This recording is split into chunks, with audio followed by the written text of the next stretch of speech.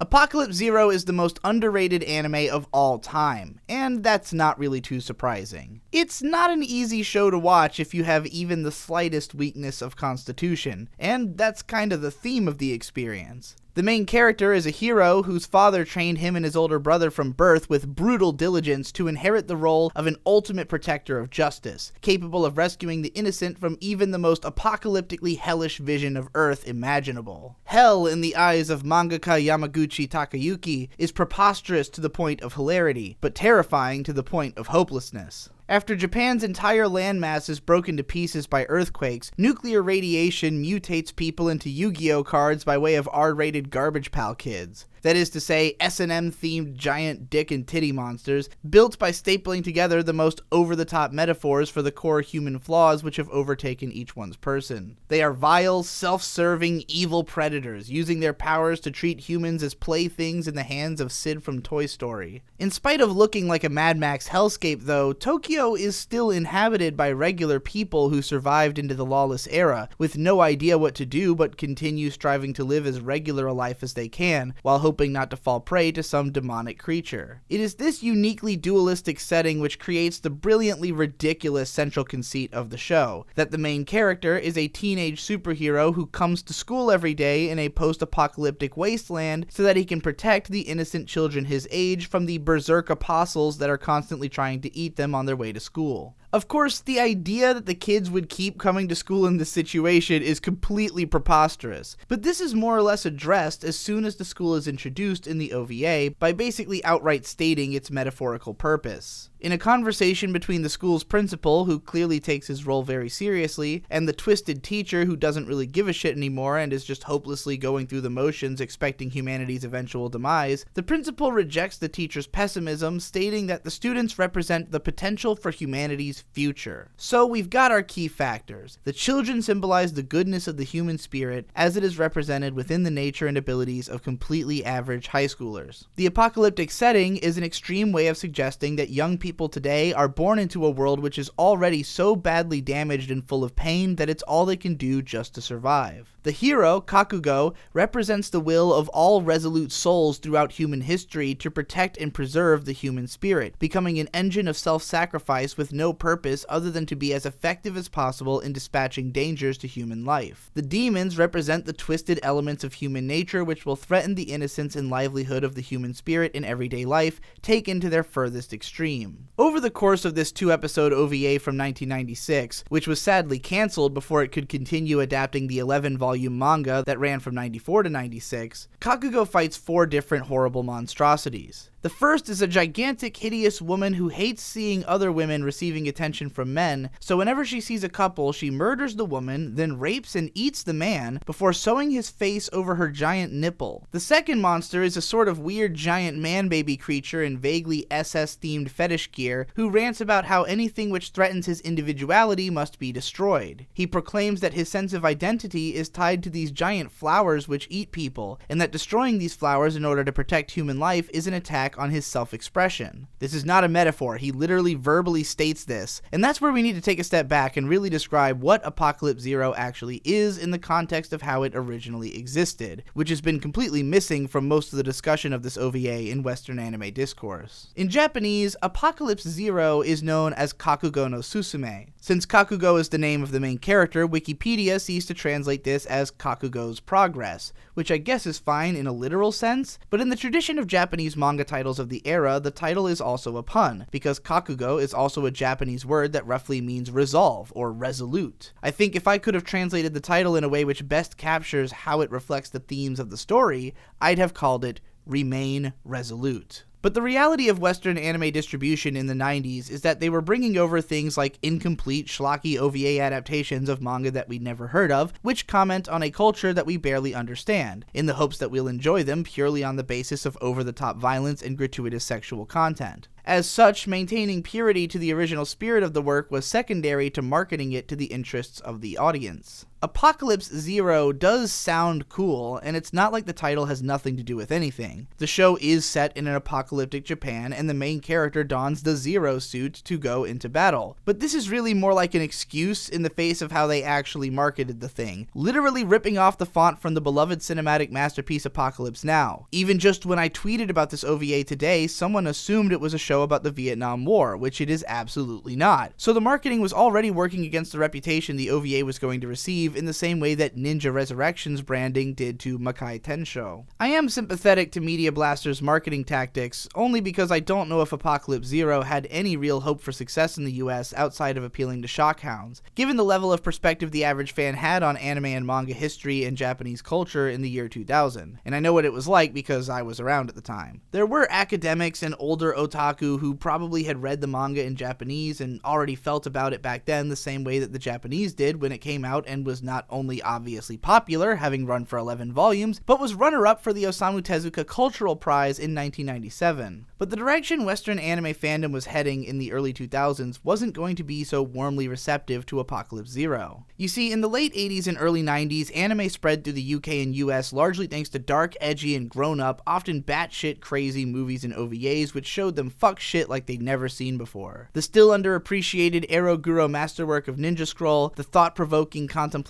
science fiction of Ghost in the Shell, the over-the-top sexual violence and colorful insanity of Urotsuki Doji, and the ultimate glimpse into the haunted social psychology of the Japanese in the atom bomb dropping Akira. In Japan, these were of course hugely popular and influential films as well, but they more would have blended in with the wealth of other amazing stuff that was coming out alongside them. And since all of the good stuff was rippling out to influence tropes and imitations, anything that kind of looked like the stuff that had gotten popular in the West was going to get published there. Once more to Media Blaster's credit, they did actually start bringing the Apocalypse Zero manga to America in the mid-2000s, releasing 6 of the 11 volumes before canning it. Truthfully, I don't think the right moment for Apocalypse Zero to crack the US ever existed until now, but we'll get to that later. Because the anime is only 2 episodes long, and most people who saw it probably had no idea that it was even based on anything, it was never going to make much sense to an audience that didn't have access to the manga. In the mid-2000s, the manga market was booming, but ultra-violent batshit madness was stylistically on the way out, and Media Blasters was very far from being the biggest manga publisher. So let's get a little bit of perspective on the manga, Kakugo no Susume. It was serialized in the magazine Shukan Shonen Champion, meaning that it was aimed at an audience of teenage boys. This may be shocking if you're thinking about the imagery of the OVA and then comparing it to what American cartoons aimed at teens are like, but you really have to think about the comic book industry in the 90s, when edgy fare like Spawn was taking off and everyone's girlfriend was getting murdered and stuffed in a fridge, or the video rental market where teens were tricking their parents into buying them Tenchi Muyo because it's a cartoon,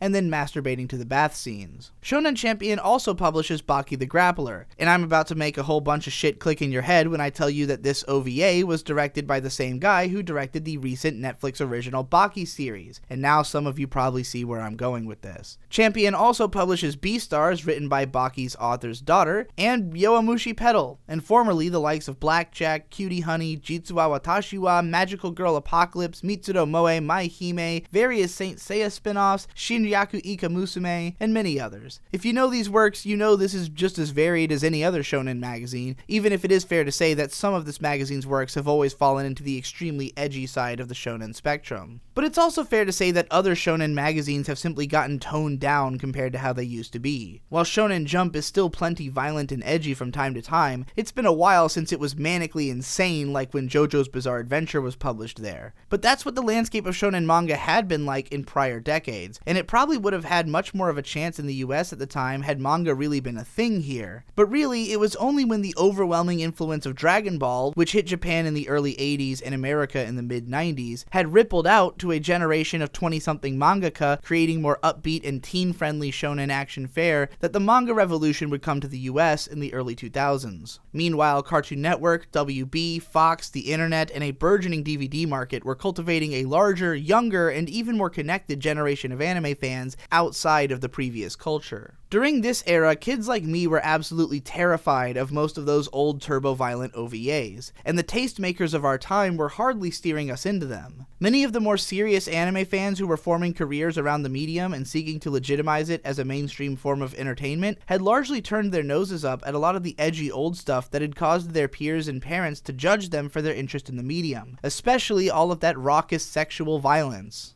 While there are titty monsters and giant cock weapons in Apocalypse Zero, I'd be really hesitant to describe its content as sexual. If you can handle JoJo, Baki, and Fist of the North Star, this is just that with relatively more outrageous monster designs, which is to say, it's just Devilman with a 90s coat of paint. It's not even close to being as dark and gritty as Berserk, which literally everyone loves, so let's not act like we're a bunch of babies about this shit today. Kakugo no Susume is a transforming hero show, a genre that's been prevalent in Japanese media for young people since the 60s in both anime and live action. While you could trace it to Devilman to a degree, and it's right alongside stuff like Guyver from the 80s and many ripples of that success into the late 90s like Generator Gall or The Soul Taker, the most obvious visual influence on the character is Kamen Rider, what with the bug eyes and awesome flowing cape. And let me just say, the fucking Zero suit is full stop one of the most badass power suit designs of all time. I am extremely tempted to buy this posable figure that I do not need at all. But the most unique thing about Kakugo no Susume isn't its insane violence, nor its absurd setting, nor its combination of genre tropes. All of those I just compared to other similar works. What separates Kakugo no Susume is, well, its resoluteness. So let's break that down. What immediately engrossed me from the first scene of this OVA was the terse and particular dialogue of Kakugo's father as he trains his two sons to fight monstrous creatures in the frozen tundra. It's immediately clear that these kids, while preposterously young to be doing stuff this crazy, have been trained from such an early age that they're already considerably more resilient and powerful than the majority of human beings. It's also shown that they are taught to dispatch their enemies as efficiently and dispassionately as possible, to the extent that when Kakugo's older brother Harada uses an unnecessary extra move to add flair to his kill, his father punches him in the face. This is our hint from the word go that Harada is harboring the tendencies of the Sith. Kakugo, on the other hand, is an iron wall of resolution, and if there's one design aspect for which I must praise Yamaguchi above even the awesome suit design, it's Kakugo's face. He really looks like the entire world has been sitting on his shoulders his entire life, but he's never imagined any purpose for himself beyond his usefulness, however limited it may turn out to be, in protecting the weak. There's not a single chink in his emotional armor, until he starts to have feelings for his intensely empathetic classmate Sumiko. Unfortunately, the OVA only gets as far as him having the thought that maybe he's starting to feel for her, and I already love that our hero doesn't falter in his self-awareness even in this regard where so many others would. What challenges this love would pose to him I would like to explore, and believe me, I'm tempted to scoop up those 6 manga volumes on the cheap, even though not even Scanslations have ever made it past volume 7. To get a little bit meta for just a moment, you are in the rant hole where I rant about whatever my $10, $20, and $30 patrons want me to rant about, and you can get one of these by being one of those. This one's for Kazuki, who says, "Watch and rant about Apocalypse Zero, the most insane shit I've ever seen. Also, this Mal review of it is great and pretty much captures my own thoughts and feelings on it." To quote a passage from the review, which mostly takes the approach that the OVA is worth watching for the sheer insanity of what's on display, there's this great scene where this giant fat mutant lady jealously kills some guy's girlfriend, and then she drags him back to her fat lady lair where she does indecent things to him before eating him. Anyway, later on the main character slays the fat lady and she pukes up the bones of all her victims, as well as the still digesting skinless body of the guy she just ate,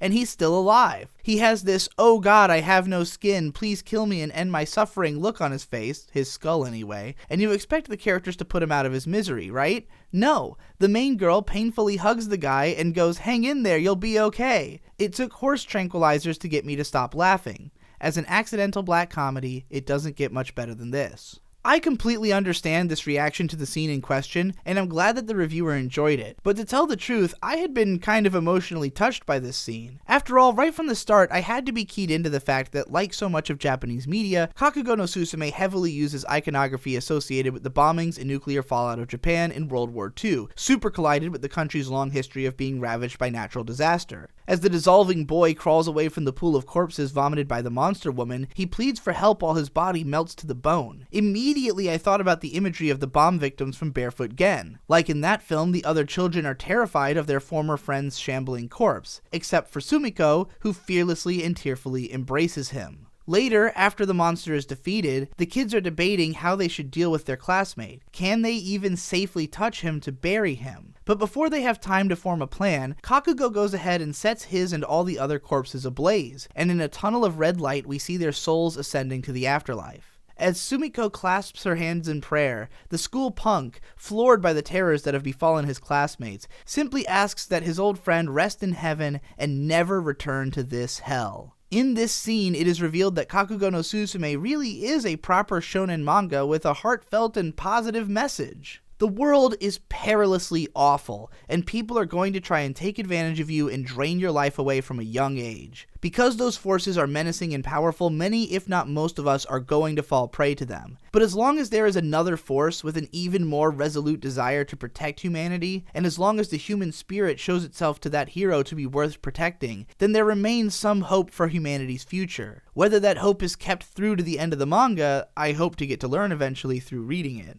I haven't yet discussed the biggest loose end left by this OVA, which is the rivalry of Kakugo and his older brother Harada. In their early teens, each of the well-trained children was made to fuse with a power suit containing the will and power of countless undead souls committed to protecting humanity by harnessing their bodies. In fusing with a female suit of armor, Harada ends up taking on a female body, despite continuing to identify as male. But something goes wrong. Whether it's the result of the flaws already apparent in Harada's personality, or something which became twisted in the mind of the armor itself, remains speculative at the point where the OVA ends. Whatever the case, when their father gives them the mission to go forth and protect the innocent, Harada concludes that humanity has collectively caused so much damage to innocent life on Earth that the only true way to protect the innocent is to eradicate humanity. His father believes that the human spirit is in fact the most noble that exists, but when their fists clash as their ideals, Harada murders his father and then attempts but unknowingly fails to murder his younger brother, possibly as a result of the same sloppy and showy fighting which his father had always admonished him for. So this is the central conflict of the show, a symbolically Luciferian character reaching the same conclusions about humanity that Lucifer himself did in Devilman, fighting a version of Devilman whom, instead of being thrust into the position unsuspectingly by his friend, has only ever had the mission of protecting humanity as an identity. In between them stands a legion of demon generals led by Harada for Kakugo to plow his way through.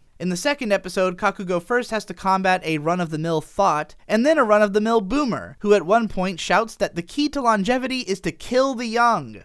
The time for Apocalypse Zero is right now. It's a time when, regardless of what the state of the world may be in comparison to how we've seen it in the past, young people are generally terrified and surrounded by unspeakable Lovecraftian horrors. If a blue baby man in an SS hat swinging his dick at people and screaming about how any threat to his identity, which itself is a threat to human safety, must die, isn't just begging for a bunch of blue checkmarks on Twitter to write think pieces about it in 2020, then nothing is. Mangaka Yamaguchi Takayuki is probably better known in America for the cult-beloved turbo-violent samurai seinen series Shigurui, which was stylistically adapted to anime by Madhouse in 2007 and directed by Hiroshi Hamasaki, who also handled Technolize, Steins Gate, and the excellent currently airing Blade of the Immortal adaptation. Yamaguchi's artwork is absurdly dense and detailed to an extent that could probably never be accurately adapted to animation on any long-term basis, but the OVA is in my opinion more than visually gratifying enough to justify itself. The angular, emotive character designs may be silly and kinda dated, but I still think they're cool and lovable and they suit the story well.